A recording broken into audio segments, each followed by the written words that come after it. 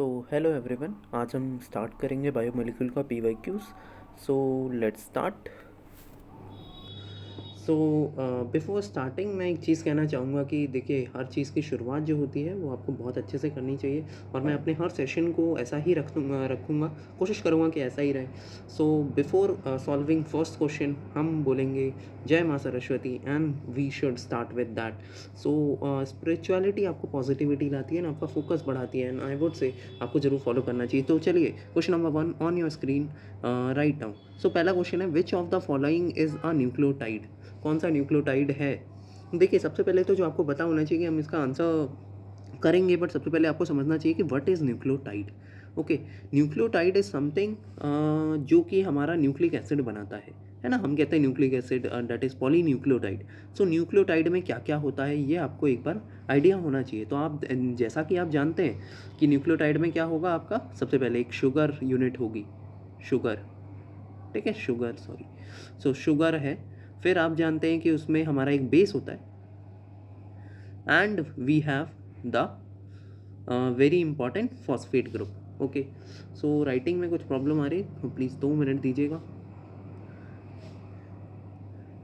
So we have the phosphate group. Okay, नीचे ही लिखते हैं, so we have the phosphate group. So मतलब क्या है कि आपका क्या नाम है, न्यूक्लियोटाइड बनाने के लिए शुगर लेना होता है, बेस लेना होता है और फॉस्फेट ग्रुप लेना होता है। ये तीनों जब जुड़ जाते हैं तो हमारा न्यूक्लियोटाइड बनता है। अब कुछ कुछ मैं आपको थोड़ा सा फास्ट रिवीजन करवाऊंगा because this is a revision session, और आपको जिस भी टॉपिक में प्रॉब्लम आए then you should go ahead और उसको रिवाइज करें, क्योंकि अब रिवीजन बहुत फास्ट करना है आपको। देखिए, शुगर और बेस के बीच में कौन सा बॉन्ड होता है, तो आप बोलेंगे कि शुगर और बेस के बीच में एन ग्लाइकोसिडिक लिंकेज होती है। ये आपको अच्छे से पता होना चाहिए। इसके बाद फॉस्फेट जो होता है वो शुगर से अटैच होता है एंड जो शुगर यूनिट होती है वो कौन सी हो सकती है, राइबोस भी हो सकती है, डीऑक्सी भी हो सकती है। उसी के बेसिस पे हमने डीएनए और आरएनए को क्लासिफाई किया। अभी हम थोड़ा सा ऑफ द टॉपिक नहीं जाएंगे, न्यूक्लियोटाइड का नेमिंग कैसे होती है। तो देखिए, अगर हमारा जो बेस है वो एडेनाइन है, एडेनाइन, एडेनाइन, सॉरी। सो अगर आपका बेस जो होता है वो एडेनाइन है और उसके साथ शुगर राइबोज है तो उसे कहते हैं एडिनोसिन, एडिनोसिन। ये न्यूक्लियोसाइड बनता है। मतलब मैं आपसे अभी क्या कह रहा हूँ, मैं अभी आपसे सिर्फ इतना कह रहा हूँ कि अगर शुगर प्लस बेस मिल जाता है तो हमारा न्यूक्लियोसाइड बनता है। अभी हम न्यूक्लियोटाइड बनाना चाहते हैं तो हमें फॉस्फेट भी जोड़ना पड़ेगा। तो फॉस्फेट जब जुड़ता है तो इसके नाम में क्या चेंज आते हैं, तो एडिनोसिन जो है वो हमारा एडिनाइलिक एसिड बन जाता है, क्योंकि फॉस्फोरिक एसिड जुड़ता है। फॉस्फेट हम बोलते हैं बट एक्चुअली क्या जुड़ता है, फॉस्फोरिक एसिड जुड़ता है। और एसिड जुड़ रहा है इसीलिए नाम में हमारा एसिड जुड़ जाता है। तो the answer should be option B, पर हम और सब भी डिस्कशन कर लेते हैं। देखिए, यूरिडिन लिखा है, INE लास्ट में। सो मतलब क्या है कि आपका बेस है। अच्छा, गुआनिन लिखा है, बेस है। गुआनोसिन लिखा है, मतलब फिर हमारा क्या नाम है, ये न्यूक्लियोसाइड हो जाएगा। मतलब इसमें हमारा क्या होगा, तो गुआनिन प्लस राइबोज शुगर होगी। अब आप बोलेंगे कि नहीं, राइबोज में तो हमें मज़ा नहीं आया, डीऑक्सी राइबोज हो तो क्या लिखेंगे। तो अगर मान लीजिए यहाँ पे एडेनिन हो और साथ में डीऑक्सी राइबोज हो, मैं इसे और गंदा नहीं करना चाहता, तो फिर हमारा डीऑक्सी एडेनोसिन हो जाता है, ठीक है। अच्छा, मान लेते हैं कि अब ये तो प्यूरिन वाली बात थी। लेट्स टॉक अबाउट पिरिमिडीन, वो बुरा मान जाएंगे। तो उनमें क्या होता है, तो देखिए, मानिए कि उनका नाम क्या है नॉर्मली, एक एग्जांपल लेते हैं, साइटोसिन, साइटोसिन। सो साइटोसिन जो है अगर उसमें हमारी शुगर जुड़ती है तो हमारा बनता है साइटिडिन। ओके, साइटिडिन, ठीक है। एंड फिर वही बात है कि एसिड, फॉस्फोरिक एसिड जुड़ेगा मतलब न्यूक्लियोटाइड बनेगा तो साइटिडाइलिक एसिड होगा। सो एक बार मैं समराइज कर देता हूँ, what is nucleotide. So it is compose of sugar unit, whether it is ribose और डीऑक्सी राइबोस। बेस हो सकता है वो आपको पता है, दैट इज मेजरली जो है वो एडेनाइन, गुआनिन, साइटोसिन, यूरासिल और थाइमिन एंड फॉस्फोरिक एसिड। ये तीनों मिलके हमारा न्यूक्लियोटाइड बनाते हैं, ठीक है। सो ओके, हम आगे बढ़ते हैं क्योंकि हमारे पास टाइम सच में बहुत कम है। And ligase is a class of enzyme catalysing linking together of two compound which of the bond is not catalysed by ligase. मतलब कौन सा बॉन्ड जो है वो लाइगेज के द्वारा कैटलाइज नहीं होता है। देखिए, मोर और लेस इसको मैं एनसीईआरटी से ही लूँगा, है ना। तो CO, PO, CN और CS, ये जो 4 बॉन्ड दे रखे हैं एनसीईआरटी में, ये तो आपको याद ही होने चाहिए कि CO, PO, CN और CS, ये जो 4 बॉन्ड है ये हमारा कौन बनाता है, लाइगेज बनाता है। CC बॉन्ड लाइगेज नहीं बनाता है। सो इसका आंसर क्या हो जाएगा, ऑप्शन ए। इसमें बहुत ज़्यादा डिस्कशन करने की कोई बात नहीं है, इसमें बहुत ज़्यादा डिस्कशन करने की बात नहीं है। आई वुड से बहुत ही आसानी से आप समझ गए हैं कि CC बॉन्ड जो है वो लाइगेज में नहीं आता है। मेनली आपको इसमें क्या रिवीजन हो सकता है, तो आप बोलेंगे कि देखिए इस आपको ना क्लासेस ऑफ एंजाइम पता होनी चाहिए। आपको 7 क्लासेस पता हैं, नहीं पता है तो मैं एक बार रिवाइज करवा देता हूँ। आपको सीक्वेंस में याद होना चाहिए, जो कि मैंने बहुत बड़ा ब्लंडर किया था, है ना। So I remember that, sequence में याद रखिए OTH, ऊटी हिल से याद किया था, पर यहाँ हिल नहीं होता है, ठीक है, LIL होता है, ठीक है। और लास्ट अब जो आ गया है नया वो ट्रांसलोकेज है, बट मुझे नहीं लगता आपको बहुत ज़्यादा दिमाग लगाना चाहिए इसमें। O जो है ऑक्सीडो रिडक्टेज होता है, T ट्रांसफरेज होता है, H फॉर हाइड्रोलेज होता है, L फॉर लाइज होता है, आइसोमेरेज होता है, लाइगेज होता है एंड ट्रांसलोकेज होता है। आई वुड से आप इसे याद रखिए OT हिल। हिल में पर ध्यान रखना है कि HLIL होता है, ठीक है। और ये हमारा इसका 1 होगा, इसका 2, 3, 4, 5, 6, 7, ठीक है। So there are 7 classes of enzyme which are, you should remember that, okay.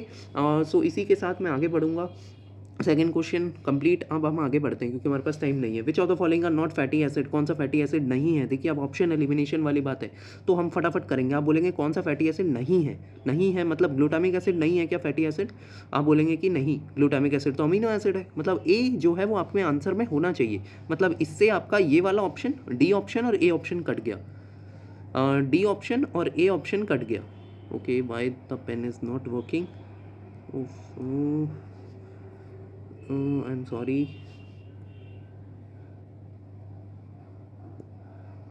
सो थोड़ा सा जल्दी देखते हैं। तो ए ऑप्शन हमारे ऑप्शन आंसर में होना चाहिए, मतलब ए, मतलब सॉरी, सो ए वाला जो है वो आंसर होगा, मतलब बी और सी आंसर होंगे। अब बात आती है कि हम कौन सा चेक करें, कोई भी चेक कर सकते हैं। देखिए आप बोलेंगे कि लेसिथिन, लेसिथिन क्या फैटी एसिड होता है, बिल्कुल नहीं होता, वो लिपिड में आता है, सॉरी। ओके, सो लेसिथिन पार्ट होगा क्या फैटी एसिड का, तो आप बोलेंगे कि नहीं, लेसिथिन जो है वो आपका मेनली लिपिड होता है, फॉस्फोलिपिड होता है, तो वो हमारा फैटी एसिड में तो नहीं आएगा। सो मतलब ये भी आंसर नहीं हो सकता, तो वो हमारा कौन सा हो जाएगा, ए एंड बी। अब डिस्कस कर लेते हैं क्यों बी होगा। बी एराकिडोनिक एसिड होता है। आप जानते हैं एराकिडोनिक को तो बहुत अच्छे से पहचानना चाहिए आपको, क्योंकि इसमें 20 कार्बन होते हैं इंक्लूडिंग कार्बोक्सिल कार्बन। फिर आप बोलेंगे कि क्या ये सैचुरेटेड है कि अनसैचुरेटेड है, आई एम सॉरी। सो सैचुरेटेड है कि अनसैचुरेटेड है, तो आप बोलेंगे कि दिस इज अनसैचुरेटेड। कितने डबल बॉन्ड होते हैं ये भी आपको आइडिया होना चाहिए। इसमें 4 डबल बॉन्ड होते हैं। कौन कौन सी पोजीशन में, I would not suggest that you should remember, but if you are that it's good. So it is like 5, 8, 11 एंड 14, ये जो है ये वो डबल बॉन्ड का पोजीशन होता है। तो मेनली आपको ये बात याद रखनी है अपने दिमाग में कि एराकिडोनिक एसिड जो होता है वो फैटी एसिड होता है। And sorry, but we have done a mistake, not fatty acid, तो बी तो नहीं होना चाहिए आंसर में, सॉरी सॉरी सॉरी, इसे कहते हैं बहुत बड़ा ब्लंडर, है ना। So I have to resolve this, I am sorry. Okay, so B तो आंसर में नहीं होना चाहिए, बिकॉज इसमें बोला है कि कौन सा नहीं है फैटी एसिड, तो बी नहीं है। अब देखिए ए वाला नहीं है तो आंसर में होगा, लेसिथिन भी नहीं होता है तो वो भी आंसर में होगा, और एस्पार्टिक एसिड भी अमीनो एसिड है तो वो आंसर होगा। आई am sorry, I am really sorry, but ये गलतियाँ नहीं होनी चाहिए एग्जाम में। सो ADE ओनली आएगा, ठीक है। मेरे से तो हो गई, आपसे नहीं होनी चाहिए, ठीक है। और आई थिंक आप कमेंट कर सकते हैं कि आपने मेरे से पहले नोटिस किया था ये गलती को, ठीक है। तो ADE जो है वो आपका क्या नाम है, आंसर होगा, ठीक है। नॉट है तो नॉट को थोड़ा सा ध्यान रखना है, हम चीज़ें थोड़ा सा भूल जाते हैं। एंड आई वुड से हम आगे बढ़ते हैं। Next question, enzyme that catalyses removal of group from substrate by mechanism other than hydrolysis living double bond. देखिए हाइड्रोलिसिस मैकेनिज्म से अगर कोई वो कर रहा है तो हाइड्रोलेज में आएगा, ठीक है। अब मैं आपसे बोलूँगा कि हाइड्रोलेज तो नहीं है। अब आता है कि कौन सा होगा, तो देखिए ट्रांसफरेज जो है वो उसका काम होता है ट्रांसफर ऑफ ग्रुप, है ना। और इसका वो नंबर कितना होता है तो आप जानते हैं कि OT मतलब 2 पे आता है ये। फिर आता है डीहाइड्रोजिनेज, O ऑक्सीडो रिडक्टेज में ही आता है, तो आंसर हमारा लाइज होगा, ठीक है। एक बार मैं इसे, the answer should be lies, okay.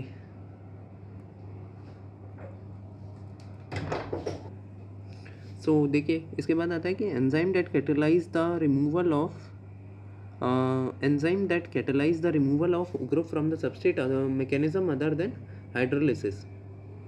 So देखिए वो एंजाइम जो कि हाइड्रोलिसिस के अलावा किसी मैकेनिज्म से अगर वो कर रहा है तो डैट इज़ हाइड्रोलेस। ओके, सो ये आपको मेनली याद रखना है कि हाइड्रोलेस जो है वो हाइड्रोलिसिस के बेसिस पे हमारा रिमूवल करता है, बट अभी हम अदर देन हाइड्रोलिसिस देख रहे हैं तो हमारा आंसर हो जाएगा लाइस। डिहाइड्रोजिनेस ऑक्सीडेशन रिडक्शन के लिए रिस्पॉन्सिबल है, ट्रांसफरेज ट्रांसफर ऑफ ग्रुप के लिए।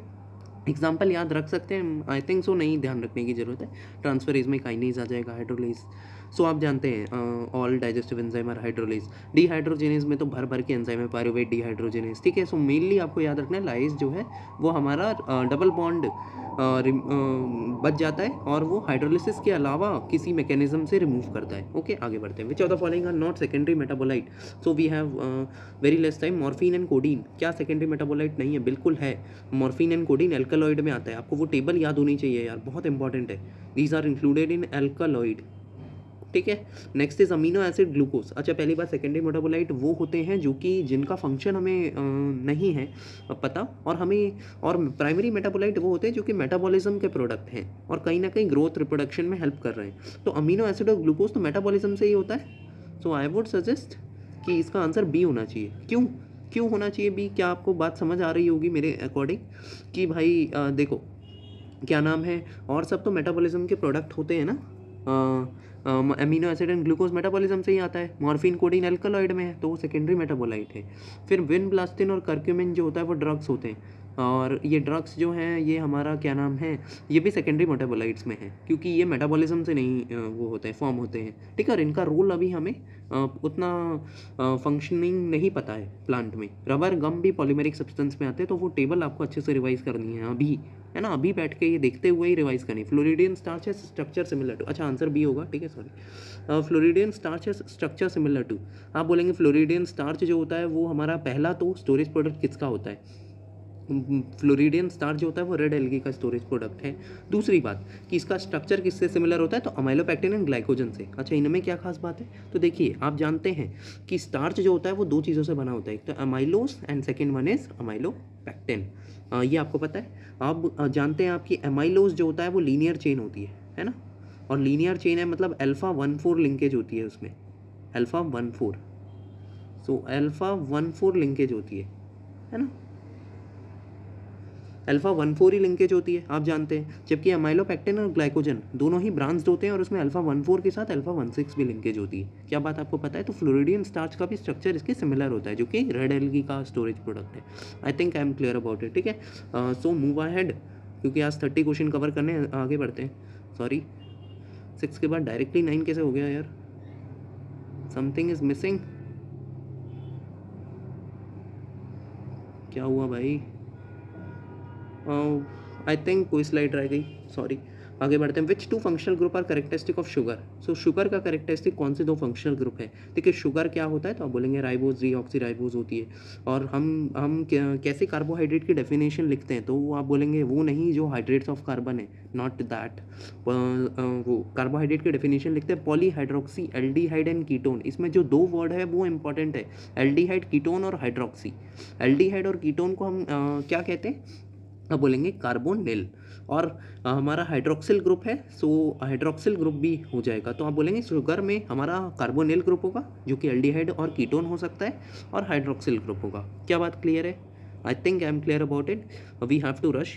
Chitinous exoskeleton of arthropod is formed by polymerisation of. पहली बात जो आपको पता होनी चाहिए कि एक्सोस्केलेटन जो आर्थ्रोपोड का होता है वो किससे बना होता है? तो काइटिन से बना होता है। अभी जो काइटिन होता है वो किसका पॉलीमराइजेशन होता है? तो देखिए आपको ये याद रखना पड़ेगा, that is the NAG, nag.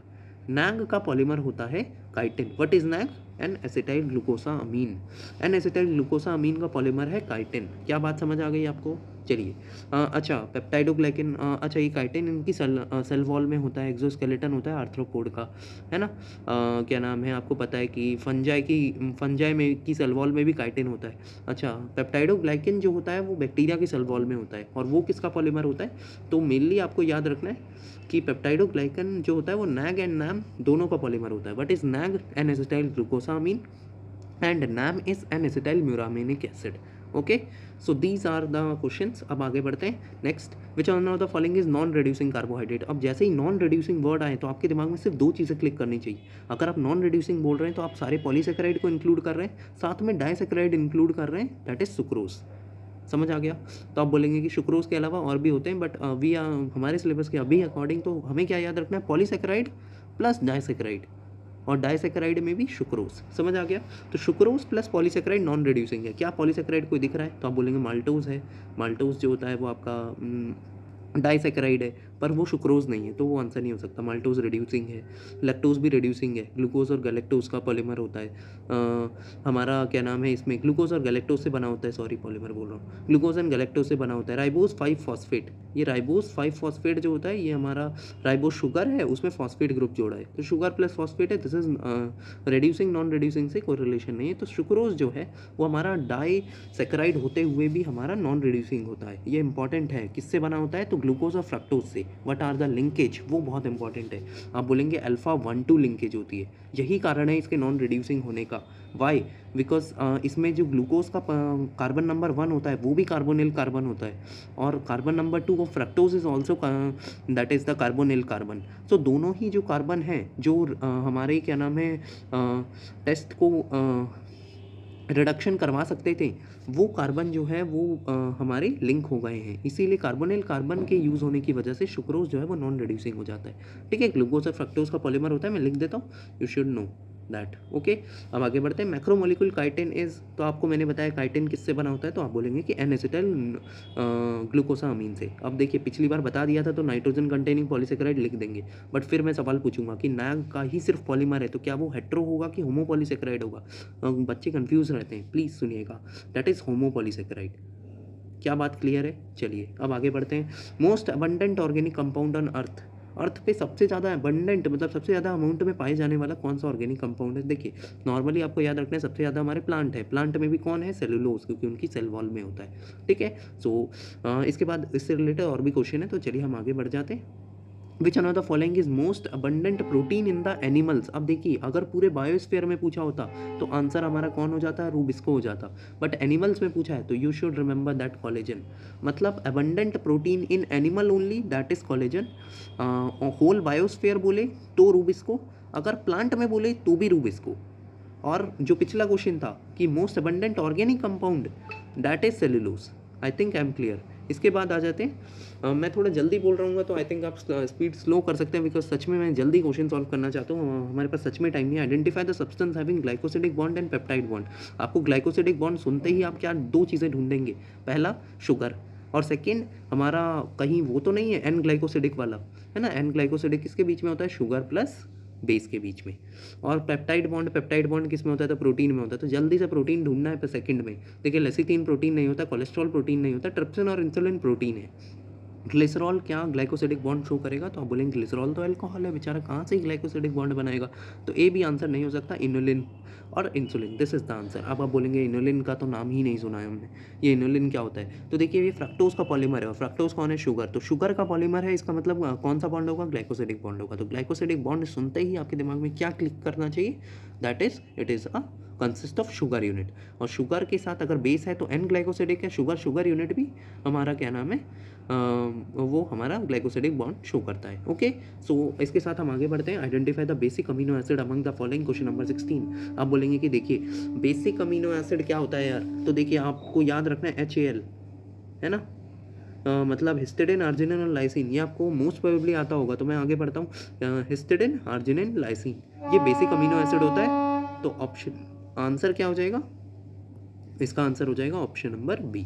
Which of the following is an amino acid derived protein, amino acid derived protein. तो देखिए इसे तो मैंने अपने टाइम पे ऐसे याद किया था कि जिसमें ओल और ओन आ रहा है वो अमीनो एसिड डेराइव्ड या प्रोटीन डेराइव्ड हो ही नहीं सकता।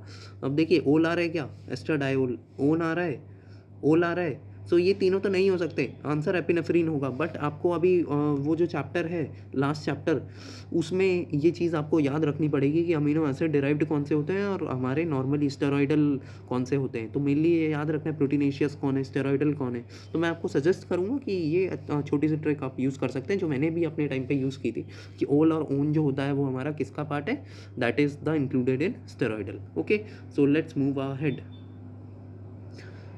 ओके, ये क्या हो रहा है, बीच में क्वेश्चन बहुत सारे स्किप हो गए हैं भाई। ओके चलिए, which of the following is the least likely to be involve in stabilising the 3 dimensional structure of the protein. 3 dimensional structure में कौन सा बॉन्ड हो सकता है, तो देखिए एस्टर बॉन्ड तो नहीं होगा, और यही आंसर है। लीस्ट बोला है मतलब एस्टर बॉन्ड जो है वो लीस्ट लाइकली होता है। हाइड्रोजन बॉन्ड 2 डिग्री में भी होता है, सेकेंडरी में होता है मेनली, बट 3 डिग्री में भी कर सकता है। इलेक्ट्रोस्टैटिक इंटरैक्शन होता है, हाइड्रोफोबिक इंटरैक्शन होता है, तो ये सब तो हमारे 3 डायमेंशनल फोल्डिंग में इंपॉर्टेंट है। बट एस्टर बॉन्ड जो है वो आपको पता है एसिड अल्कोहल, ये इसका कोई रिलेशन नहीं है। कोलेजन क्या होता है, तो आप बोलेंगे कोलेजन पहले तो अल्फा हेलिक्स से बना है, और अल्फा हेलिक्स की unit alpha helix that is the left handed helix. मैं कंफ्यूज नहीं करना चाहता, आपको याद क्या रखना है कि ये फाइब्रस प्रोटीन है। अब आप बोलेंगे कि ये अगर फाइब्रस प्रोटीन है तो और कौन कौन फाइब्रस प्रोटीन जो आपको अपने दिमाग में याद रखने हैं, तो एक तो you have to remember collagen, that is elastin and keratin. ये 3 एग्जाम्पल आपके नीट के लिए बहुत इंपॉर्टेंट है। यही 3 से सवाल आएगा, इससे ज़्यादा नहीं आएगा, तो ज़्यादा दिमाग नहीं लगाना है। कोलेजन, इलास्टिन और केराटिन ये फाइब्रस है। आप बोलेंगे ग्लोबुलर कौन है भाई, तो जितने भी एंजाइम है ना सब ग्लोबुलर है, हीमोग्लोबिन ग्लोबुलर है। सो हम कहते हैं तो हम बोलेंगे कि कोलेजन जो होता है वो फाइब्रस प्रोटीन होता है। फाइब्रस प्रोटीन का क्या मतलब है, तो फाइब्रस प्रोटीन जिसमें कि हमारा फाइबर लाइक यूनिट है ना। और इसका 3 एग्जाम्पल आपको याद रखना है, कोलेजन, इलास्टिन और केराटिन, मेरे को नहीं भूलना चाहिए। फिर आता है ग्लोबुलर में, क्या आता है, तो ग्लोबुलर में मैंने आपको बताया हीमोग्लोबिन होता है, मायोग्लोबिन होता है। We have that all enzyme जो है, जो फंक्शनिंग एंजाइम है वो ग्लोबुलर फॉर्म में ही एग्जिस्ट करते हैं, तभी तो एक्टिव साइट बन सकती है। ओके आगे बढ़ते हैं। Which is an essential amino acid. Essential कौन है, तो देखिए इसको तो मैंने मतलब बहुत ही बेकार ट्रिक से याद किया था, है ना। और अभी मैं क्या ही बोलूँ, है ना, तो इसको याद किया था मैंने, प्राइम मिनिस्टर। ओके सॉरी, मैं शॉर्ट में लिखूँगा क्योंकि हमारे पास टाइम सच में नहीं है, ठीक है। ओहो अभी ये पेन चल जाए भाई। Prime minister is very ill today, ठीक है। हमारे पीएम को सच में कुछ नहीं होना चाहिए यार। आई एम जस्ट, ठीक है, मेरा कोई रिलेशन नहीं है इस बात से। आई एम जस्ट कि हम याद तो रख ही सकते हैं ना यार, है ना, इसमें बुरा क्या है। सो तो विच of the following is an essential amino acid, कौन सा इसमें एसेंशियल अमीनो एसिड है, तो देखिए इसमें जो मुझे समझ आता है, पहला तो क्या नाम है, ग्लाइसिन जो है वो इसमें एसेंशियल अमीनो एसिड नहीं है। हमारा सीरीन होता है क्या एसेंशियल अमीनो एसिड, नहीं।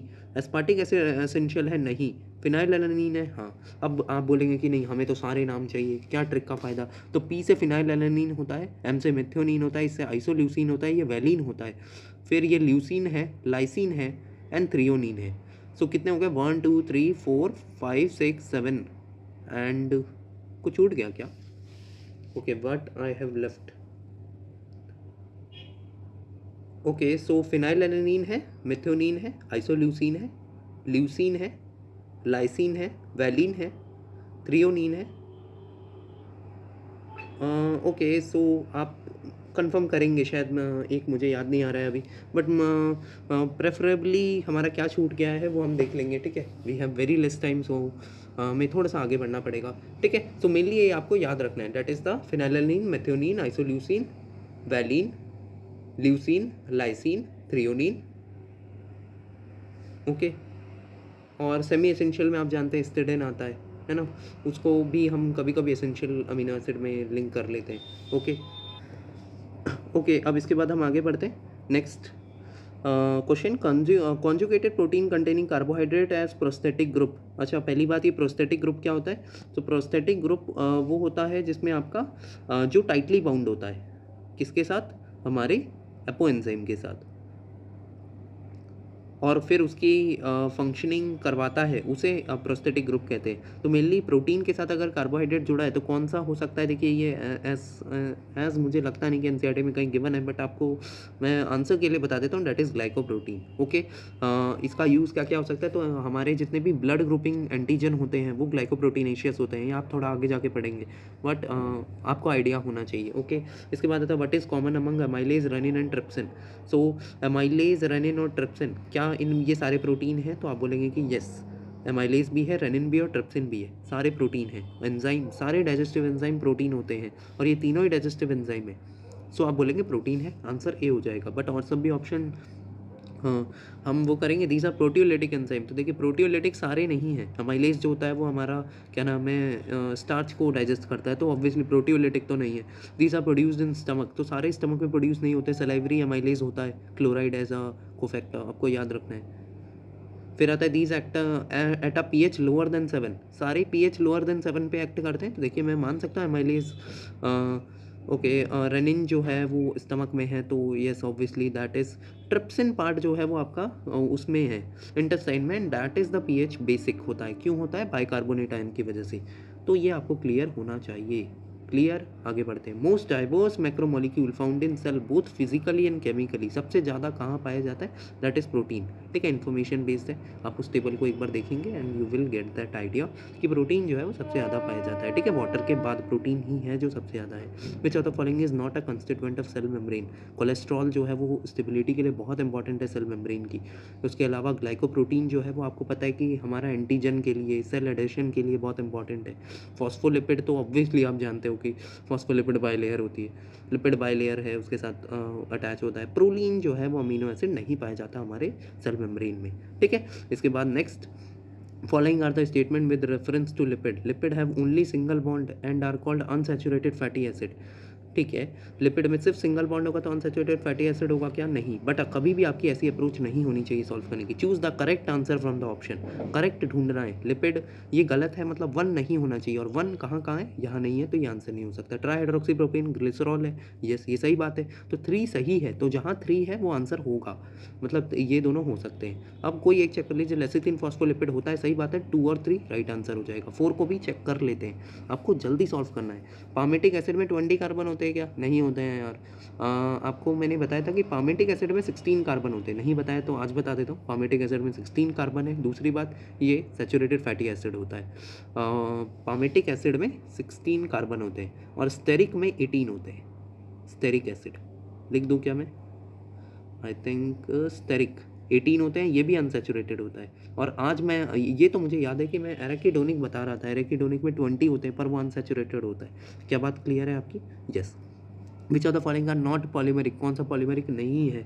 तो देखिए पॉलीमरिक बहुत इंपॉर्टेंट वर्ड है। पॉलीमरिक मतलब जो मोनोमर के उससे बना है। न्यूक्लिक एसिड किससे है? न्यूक्लियोटाइड से ऑब्वियसली। प्रोटीन किससे है? तो आपको पता है अमीनो एसिड से। पॉलीसेकेराइड ऑब्वियसली शुगर यूनिट जुड़ती है। लिपिड जो है वो हमारा पॉलीमरिक नहीं होता है, ध्यान रखेंगे प्लीज़, प्लीज़ ध्यान रखिएगा। लिपिड पॉलीमरिक नहीं है तो भी एसिड इनसॉल्युबल पूल में आता है। एसिड इनसॉल्युबल पूल कुछ लोग सुन के डर गए होंगे, बहुत ही मुश्किल है। नहीं, एक्चुअली क्या होता है कि आप एक टिश्यू लेते हो, फिर उसको ट्राइक्लोरो एसिटिक मतलब उसका पेस्ट बनाते हो, स्लरी बनाते हो, फिर ट्राइक्लोरो एसिटिक एसिड में उसका स्लरी बना के फिर उसे क्या नाम है, हम कॉटन उससे क्या नाम है उसे छान देते हैं, और फिर हमें पता चलता है कि जो ऊपर रह गया रिटेंटेट है वो एसिड इनसॉल्युबल पूल है, और जो हमारा क्या नाम है नीचे फिल्टर हो गया उसे फिल्टरेट कहते हैं या एसिड सॉल्युबल पूल कहते हैं। तो जितने भी मोनोमरिक कंपाउंड है या कहें तो साइटोप्लाज्मिक कंपोजिशन है वो किस में आता है? एसिड सॉल्युबल पूल में आता है। ठीक है, और जितना भी पॉलीमरिक होता है या कहें तो हमारा सेलुलर ऑर्गेनेलीज कंपोजिशन है वो हमारा किस में आता है? वो हमारा किस में आएगा? एसिड इनसॉल्युबल पूल में आएगा। ठीक है, सो पर लिपिड इसका एक्सेप्शन होता है। लिपिड बेचारा भाई पॉलीमरिक ना होते हुए भी बेचारा एसिड इनसॉल्युबल पूल में आता है। क्यों? क्योंकि ये वेसिकल्स के फॉर्म में एग्जिस्ट करता है। ठीक है, इनसॉल्युबल होता है एंड इसीलिए पॉलीमरिक होता है। ठीक है, तो इससे ज़्यादा डिस्कशन मैं नहीं करूँगा बिकॉज सेशन मैं वैसे भी बहुत लंबा कर चुका हूँ। आगे बढ़ते हैं। इसके बाद आता है 30 last match, and I would say बहुत फास्ट करना है आपको। प्रोटीन में पेप्टाइड बॉन्ड होता है, ए का 4 किस ऑप्शन में है? ये कैंसिल। इसके बाद ये और ये है unsaturated fatty acid. Okay, unsaturated fatty acid में हमारा डबल बॉन्ड होगा, मतलब बी का 1 है, और बी का 1 किस ऑप्शन में? ऑप्शन ए में, सॉरी। सो आंसर क्या हो जाएगा? ए। अच्छा, और सबको भी डिस्कस करते हैं। न्यूक्लिक एसिड कैसे में कौन सा बॉन्ड होता है? फॉस्फोडाइएस्टर बॉन्ड होता है। पॉलीसेकेराइड ग्लाइकोसिडिक बॉन्ड है ना, शुगर सेकेराइड है। न्यूक्लिक एसिड में फॉस्फोडाइएस्टर कैसे होगा, एक बार वो भी डिस्कस कर लेते हैं। तो आप बोलेंगे भैया एक शुगर यूनिट है, उसकी यहाँ पे 5' पोजीशन है और यहाँ 3' है। सॉरी यार, ये चलने में बड़ी प्रॉब्लम कर रहा है यार, है ना। तो 5' पे अच्छा 5' पोजीशन कैसे डिफाइन है? दैट इज फॉस्फेट अटैच्ड है 5' पे, और 3' OH अटैच है।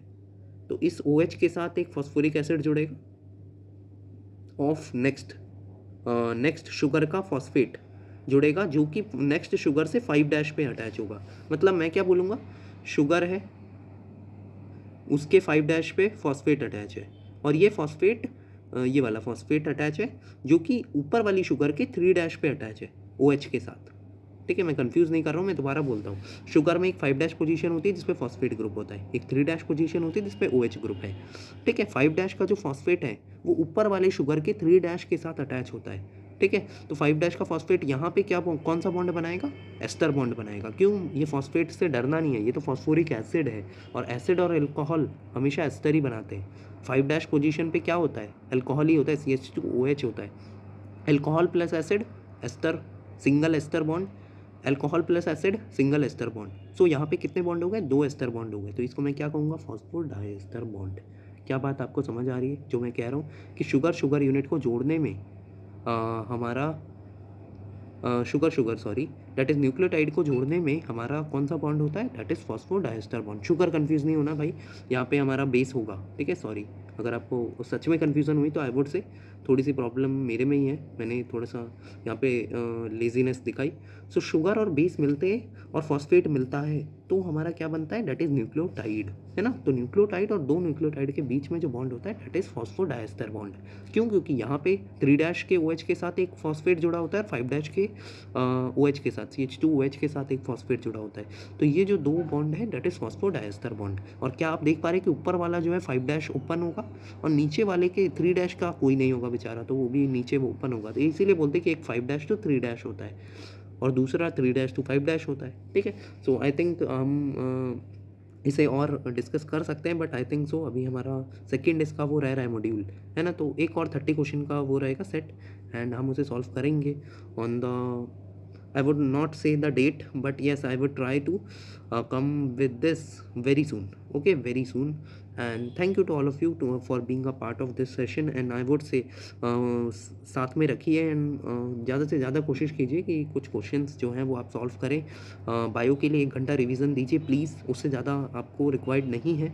सिलेबस पे फोकस करिए क्योंकि नीट का प्रॉब्लम ये है कि आपको सिलेबस कंप्लीट करके जाना है, साथ में उसका रिवीजन करके जाना है, वो सबसे इंपॉर्टेंट है। अगर वहाँ आप एक्टिव रिकॉल नहीं कर पाएँ तो कोई फ़ायदा नहीं आपने कुछ भी किया हो।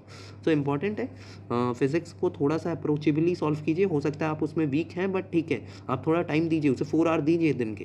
ठीक है, केमिस्ट्री को 3 आवर दीजिए अकॉर्डिंग टू जो भी आपका चल रहा है अभी, एंड बायोलॉजी को 1 to 1.5 आवर अगर आप देते हैं that's more than enough. Okay, और वो रिवीजन को दीजिए।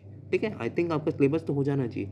1 शॉट से देखिए, जहाँ से भी देखिए, आपको ईमानदारी से काम करना है and I would give you a best of luck, क्योंकि अगली बार जो है आपका मेडिकल कॉलेज में मैं देखना चाहता हूँ किसी ना किसी मेडिकल कॉलेज में एंड मुझे बहुत खुशी होगी अगर कोई ऐसा होता है तो। ठीक है, and thank you for being a part of that. Okay, so living, और अगर आपको मतलब कोई भी क्वेरी हो तो प्लीज़ पूछिए। ठीक है, and don't hesitate to ask because asking is a very good habit. Okay, ego किसी का नहीं रहता है, सो प्लीज़, थैंक यू।